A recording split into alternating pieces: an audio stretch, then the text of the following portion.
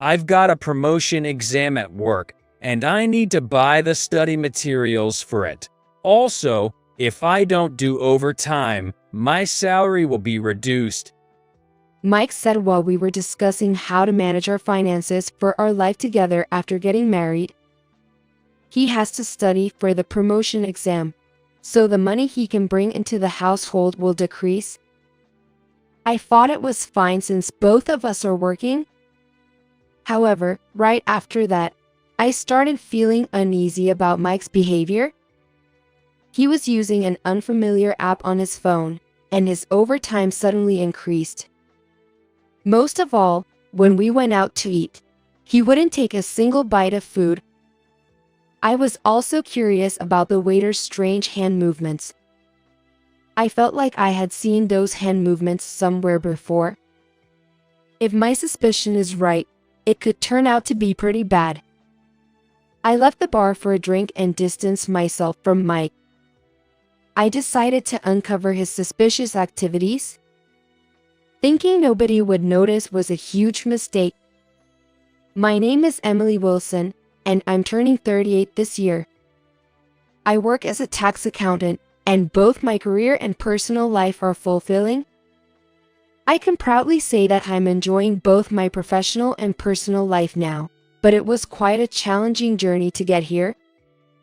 When I graduated from college, the economy was in a slump, and I struggled to find a job. I felt a strong pressure to work properly and become a part of the workforce, which led me to feel like I was just spinning my wheels at that time. Eventually, I landed a job offer from a small company. Honestly, I was reluctantly working there. However, that's when my turning point came. While working and interacting with other companies, I realized that many workplaces lacked vitality. Many companies were not able to increase their profits as they hoped and were struggling with what to do next. I wanted to help improve these companies' morale and sales, to increase the number of workplaces where people could work with a smile. Driven by this desire, I decided to pursue a career where I could contribute to the growth and performance of companies, which led me to become a tax accountant after years of study. I became a tax accountant at the age of 34. Switching from an employee in a small company to a tax accountant was quite an unusual path. Thanks to that, I finally found what I truly wanted to do. Of course, this journey made my work life very rewarding, but I felt something was missing in my personal life. What am I missing?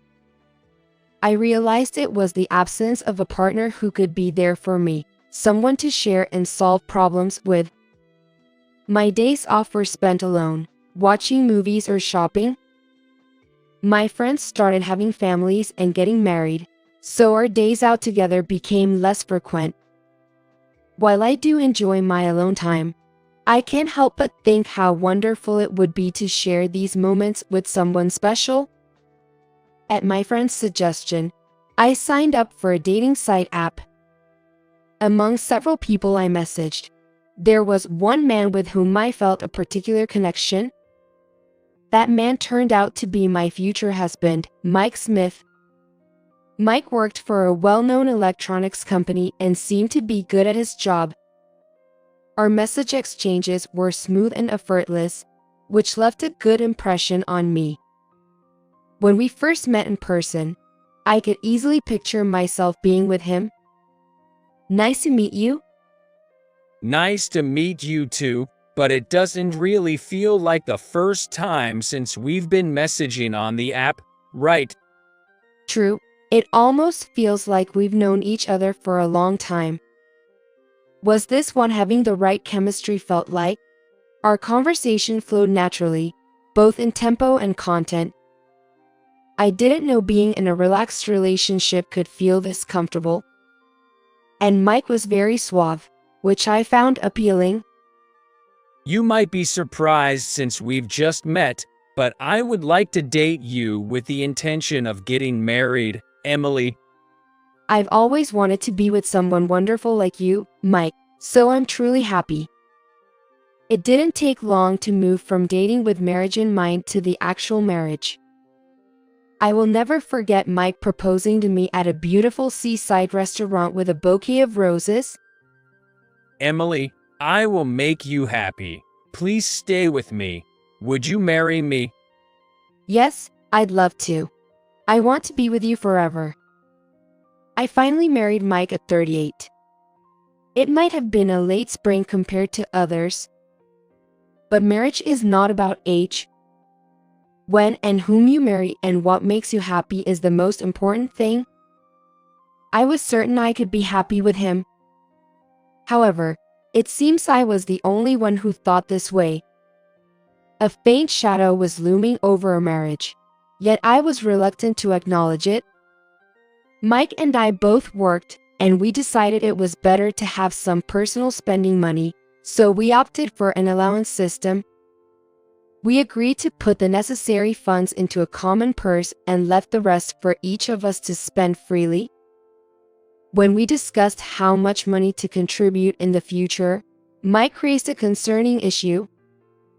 About the money we put in the common purse, is it okay if I contribute less than Emily? What do you mean? If you don't mind, can I ask why? Then, hesitantly but finally, Mike spoke up. There's a promotion exam at work coming up, and I need to buy materials for it. Also, if I leave work without doing overtime, my salary will be reduced. Oh, I see. Preparing for a promotion exam while working must be tough indeed. I understand. I'll help in any way I can. Really? That's so like you, Emily.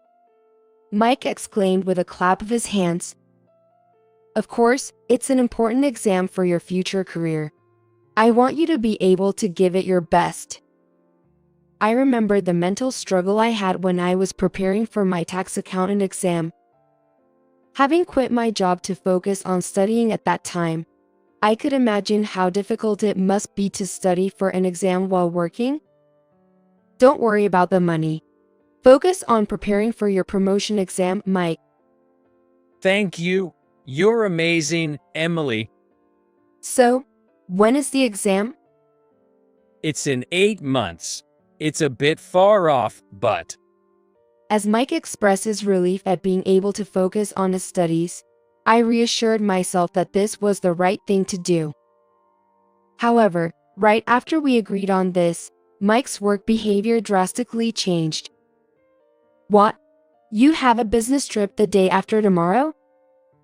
Right after we decided how much to contribute to our shared finances, his business trips for work suddenly increased. It can't be helped.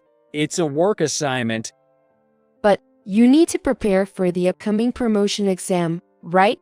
And yet, there are so many business trips. Are you saying I should defy orders and not go on the business trip?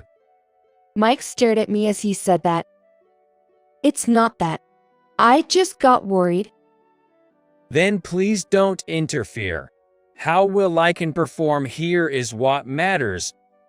Okay, but don't overdo it. It's often said that men become oblivious to everything else once they're focused on work, and Mike seemed to fit that mold.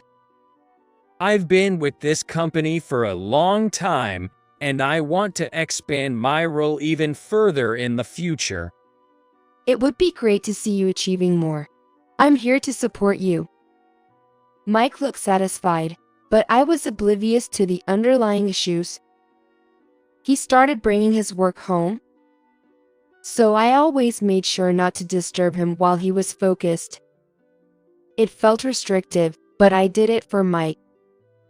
Then, one quiet evening, the notification sound of a smartphone echoed in the living room. Oh, that's Mike's phone.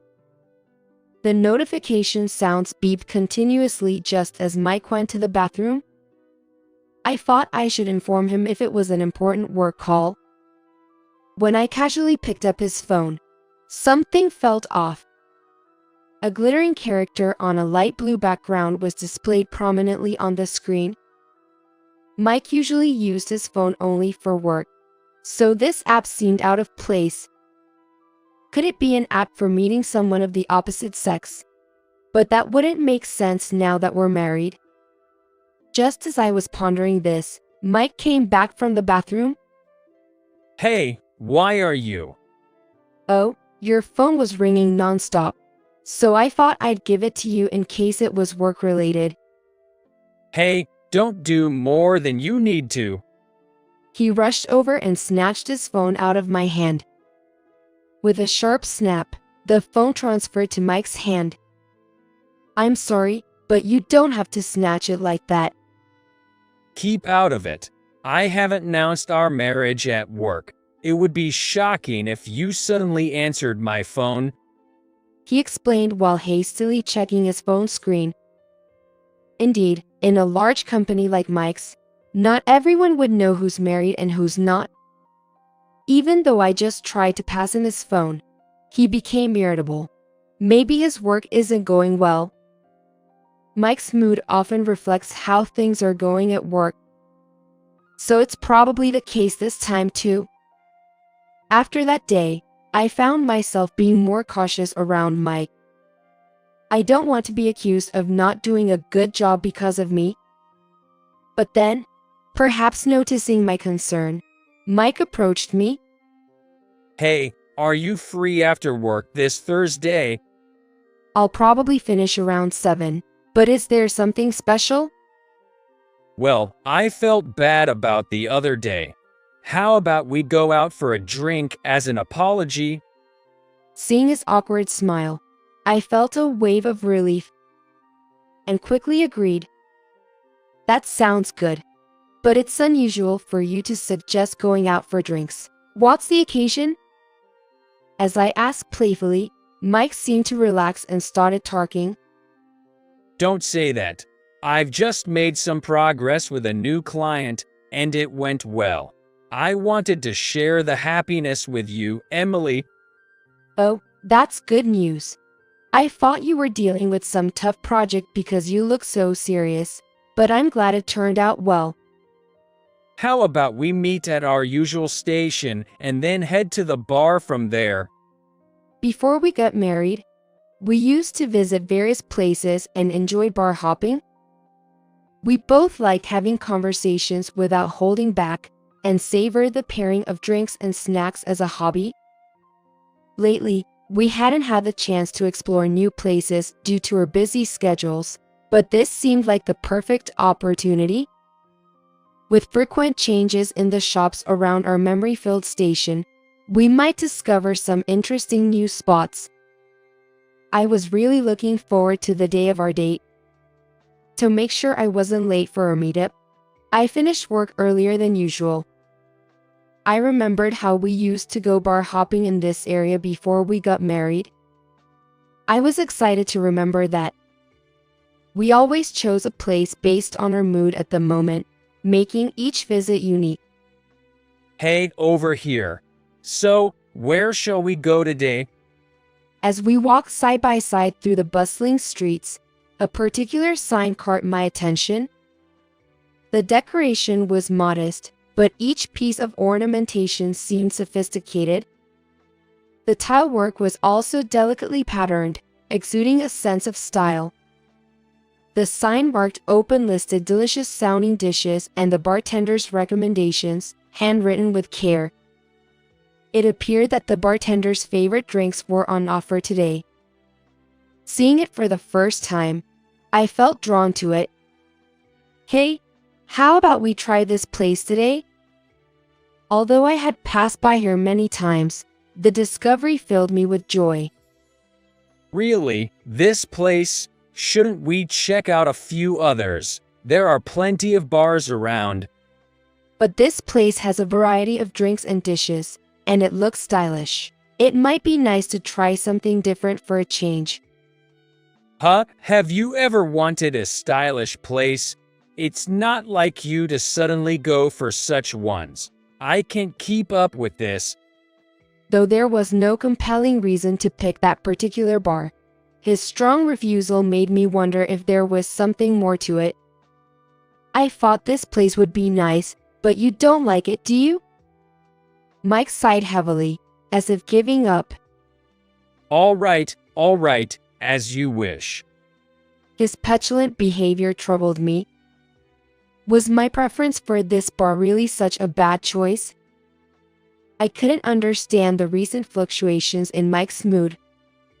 Upon entering, we saw a bar counter and tables, with a bartender and a female apprentice, identified by her badge, standing nearby.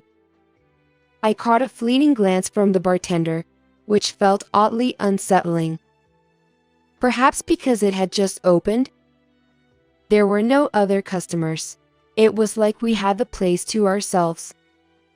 We took a seat at the back and unfolded the food menu. Let's start with some appetizers and maybe a whiskey soda. Okay.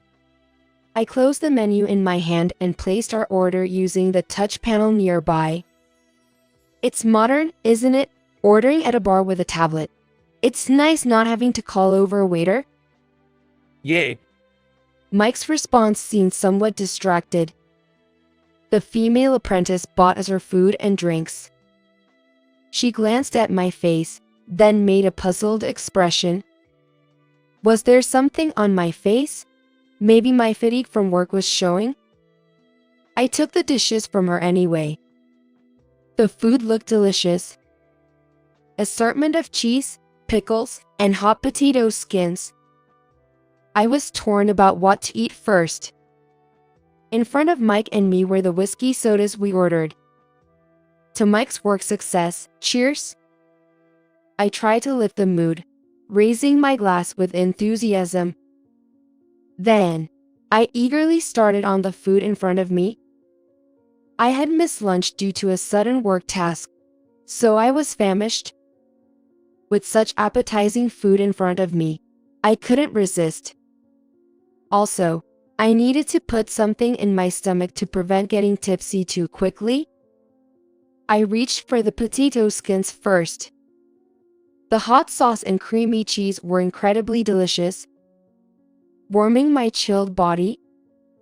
Glancing at Mike, I saw him sipping his whiskey soda slowly. It was unusual for him to drink his whiskey soda in such small sips, and his gaze seemed to wander. Besides, he was upset and had shifty eyes. Aren't you eating? Was Mike not fond of potatoes? While pondering this, I served myself another portion. If you're not eating, I will. I missed lunch today. While laughing and serving myself some potatoes, I caught the eye of a woman who was making a strange gesture. She was rotating her right ring finger on the palm of her left hand, which was facing upwards. Thinking about that peculiar movement, it dawned on me that it might be sign language for drugs. She was positioned so that only I could see her, implying she had something to convey just to me. Realizing she was using sign language to communicate with me specifically, I hastily put down my potatoes and headed to the bathroom with my smartphone. Sorry, I need to use the restroom real quick. Are you feeling all right? Just a moment. Keep eating. Feeling as if my feet were glued to the floor, I sensed it might be better to leave the bar. Perhaps it was best if I left first. Pretending it was work-related, I quickly returned from the bathroom and spoke to Mike. Sorry, I've got to go. Work called. Oh, really? That's too bad. Yo, sorry. Are you going to stay and drink? Yay, might as well. It's been a while since I've been out. Pretending to go back to work, I decided to stay at a business hotel instead. What the female apprentice at the bar was trying to say, Mike's expressions and his gestures, I felt curious and sensed that this was not going to end without incident. Overthinking made my head feel like it was going to explode, so I browsed websites on my smartphone to calm down. While watching the news, I noticed an intriguing advertisement. The ad for an app titled How to Meet Your Soulmate was the same one installed on Mike's phone. That's it. The notification that wouldn't stop on his phone. I thought it was work-related. I instinctively covered my gaping mouth with both hands. Should a married person even keep a dating app installed? Moreover, I know these kinds of apps are all the rage now, being released one after another in city advertisements. Therefore, people wanting to meet others must be using multiple apps. Given Mike's personality, he would be seeking efficiency, probably juggling several apps. It seems unlikely that he would have just one app downloaded. I had a bad feeling, so I decided to check what kind of app it was. Then, I discovered numerous apps. Though it was just a glimpse, some seemed familiar, as if they were on Mike's phone. Mike is meticulous and detailed, so it's hard to imagine him leaving unused apps lying around. I downloaded an app that seemed to be the same as the one Mike was using and registered as a member. That light blue app briefly shone on Mike's phone. I registered my name and a simple profile and started using it immediately. If Mike was using this app, it might unveil his true nature. I told Mike that I couldn't finish work and stayed overnight at a business hotel, then went to work directly from there, executing my plan. The next day, I took a personal day off and ventured out from the hotel into the city. I bought a brown long-haired wig and a hat, then uploaded my profile picture. Crafting my profile information so as not to be recognized, I quickly started searching for matches. Narrowing down by location, age, and interests, the number of potential matches decreased. I put in the name of a game that Mike likes, and all at once the number of matches was limited. Though unexpected, as I looked through profiles and icons, I discovered one that seemed to be Mike and easily matched with him. To avoid being discovered, I exchanged messages with him. In the app, Mike talked about being single, working for a certain company, and enjoying soccer and barbecues on his days off. Clearly, he didn't realize he was talking to me. I confirmed that Mike was using the app to meet up, and I went on my next mission.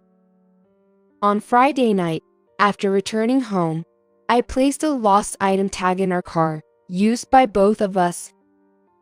Just to be sure, I also placed it in the pocket of my cardigan left in the car. Then, I returned home, acting as if nothing had happened. Given Mike's frequent use of dating apps, he probably wasn't just talking to one person. I'm home. Work was crazy after that. Do you have any plans for this weekend, Mike? I have to go out for work, so it doesn't look like I'll get the weekend off. Really? That sounds tough. There's a sale going on, so I plan to go shopping by myself. All right, have a good time. As I said it, I glanced at Mike heading to the shower with his phone in his hand. In fact, I already knew that Mike had been searching on the family computer for tourist spots in the neighboring town. He had looked up ferry schedules, a delicious bakery, parks with nighttime views, and even hotels. Moreover, his search history included "she's the one" gift and fifth date proposal lines, so the woman he was planning to date this time must be his true love. I decided to make my move the following weekend. Well, I'm going to work. You know, working on a day off is the worst. That's true. Then you have a good day. After seeing Mike drive away, I started my move to catch him in the act of cheating. I booked a room in the hotel Mike had searched for and first monitored his movements from there. The lost item tag's movement confirmed he was indeed heading to the neighboring town. I watched the pin move to the ferry terminal and a chic cafe. Tonight, at the park with a night view, would be where I'd confront him. It was easy to imagine him parking the car near the park to enjoy the night view. I waited until evening to go to the park and looked around. Then, A familiar car entered the parking lot. Mike and a woman I don't know got out of her car. Mike had his arm around the waist of the unfamiliar woman, escorting her to a spot with a good view of the night scene. After watching Mike and the woman walk away from the car, I got into the back seat. Crouched under the seat, I waited for the two to return. Soon, the satisfied pair returned from viewing the night scene. It was really beautiful. I'm thrilled to think about the wonderful night ahead with you, Mike said as he sat in the driver's seat. The woman, presumably as a fair partner, took the passenger seat. I stood up from the back seat and put my hands around Mike's body like a hug. Hey, what's all this about? Mike turned around with a guilty look. Well, it's just that. So, you plan to propose to your girlfriend on the 5th date at this park with a view? Thought you could smoothly carry on with your affair? In the dim car, Mike's face drained of color. His pale face in the darkness was scarier than a ghost. You've been deceiving me and cheating? And you've been drugging drinks at the bar with your buddy bartender, haven't you? What? Why would say that? Mike was still flustered. Why? Want to know? At that moment, he fell silent, helpless. Your behavior at that bar was very weird. When I checked the reviews, there were several women who had gotten terribly drunk. That seemed odd because all the comments were from women. So what do you want from me? Mike still hasn't figured out his situation. He came out strong. Is that bartender your accomplice? He's quite the schemer. After visiting again, I spoke with a female apprentice who told me about the women you brought along. The women I brought? Yes, each time a different woman, all ending up barely able to walk, dead drunk. They say women get drunk faster than men, but isn't it strange to be that intoxicated at a bar? Mike bit his lip, at a loss for words. The woman working there thought it was just her imagination at first, but she began to see a pattern. She discreetly informed me. Just because someone got drunk while I was there, you suspect me? I was appalled by Mike's poor excuse. I pulled out a pen. It was the pen I had secretly placed in Mike's bag. This pen has a recording function. I turned it on, so it recorded what you talked about at the bar. You understand what this means, right? Mike's face turned pale. It was an expression I had never seen before. Without hesitation, I pressed the play button. The recording captured his gratitude for spiking the drinks to make them more intoxicating. I can't believe you did this. I can't trust you anymore. Overwhelmed by being called out, Mike reacted with furious anger.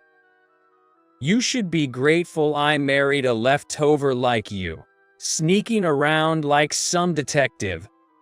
Mike spat angrily, slamming his bag onto the ground.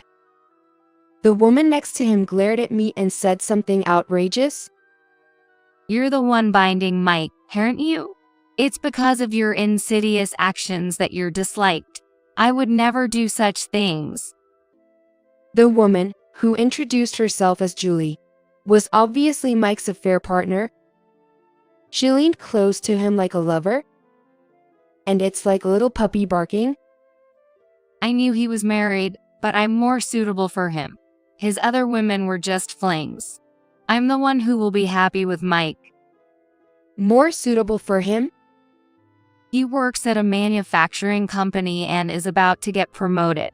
He said I could be a stay-at-home wife, and he'd make the best husband. She is a worker, but she doesn't seem to think about it. She was unaware of her mistake. The man you want to marry is about to be fired. Your future husband is fired. Julie's face showed shock, quickly turning to uproar. That's a lie. Mike getting fired. Do you say that because you are disappointed that I cheated on you? I showed her a printout. I had to contact his company before. Turns out he lied about business trips to go on romantic getaways with you. The printout contained evidence of his false reporting, including schedules and fake business trip receipts. The company was shocked by his conduct and is about to terminate his employment contract. Terminate the contract? But he's supposed to become an assistant manager. I laughed at the absurdity. You didn't know the truth. He's just a contract employee. Julie looked lost, unsure of what to believe. I don't see the appeal of a man who gets women drunk for his pleasure and is just a temp worker, but if that's what you want, he's all yours. No, I don't want a man who's getting fired. Julie retorted, then tried to walk away from the passenger seat. I put my foot in front of Julie's. Julie fell hard and hit her face on the ground. How could you do that? You knew he was married and still pursued an affair, even trying to steal him away. You were prepared for the high cost of infidelity, right? Now Julie's face turned pale. I'm a woman and can't pay alimony. I don't have that kind of money. It's shameful to say you don't have money because you're a woman at your age. It's undoubtedly your own fault due to lack of ability. Hey, you don't need to go that far. Mike said, wrapping his arms around Julie defensively. I've had enough of your farce. A woman who robs married men. A man who conspires with a bartender to intoxicate women for his own desires. You two look great together. I walked away from Mike and Julie. I'm a woman, so obviously I can't pay. Mike will take care of everything, right? Hey, these days are gender equality. There's no men will or women can't anymore. Take care of your own issues. How awful. Are you betraying me? I heard the two arguing behind me. I was surprised to hear the word betray from Julie, but that no longer had anything to do with me. I returned home once and left with only the necessary luggage. Mike called many times wanting to reconcile, but I ignored all his attempts. Once, I answered thinking it was an unknown number, but it was Mike. Please, let's not get divorced. Are you in any position to say you don't want a divorce? But I can't live if we divorce now. Wait until I find another job. I sighed heavily. You want me to support you until you're reemployed? No way. Cry to your mistress. Then Mike yelled in desperation. I can't do something that pathetic. But I was not one to be intimidated. Pathetic? Who's the one that did such pathetic things to me? Mike fell silent. Anyway, I'll have my lawyer contact you. I was able to claim alimony through the lawyer. However, since Mike was jobless after contract termination, his parents had to cover for him. Now, he's working hard at a construction site from morning till night, as introduced by his parents. His bad attitude and snide remarks have made him a target of disdain among his seniors. As for Julie, she was fired from her job for having an affair and is known for shouting "I did nothing wrong" until the end, as I heard from a former co-worker. After that, Mike and I officially divorced, and I've been enjoying my life alone. Work and personal life are going well, and divorcing Mike was the best decision. Recently, as a tax accountant, I've been getting more clients, many of whom say, "I'm glad I asked for your help." When I hear that, I feel good about the work I do. Marrying Mike was a mistake, but it taught me to choose my own life, so I have no regrets. By chance, I met the apprentice from that bar at a mall's food court, and we hit it off. That encounter led us to occasionally meet for coffee. She shared how happy she was to use the sign language she learned in Sign Language Club in such a way, which left a deep impression on me. Interestingly, She had no idea I was Mike's wife, making it a funny story we still talk about. Now, living my life without any issues, I think things turned out for the best.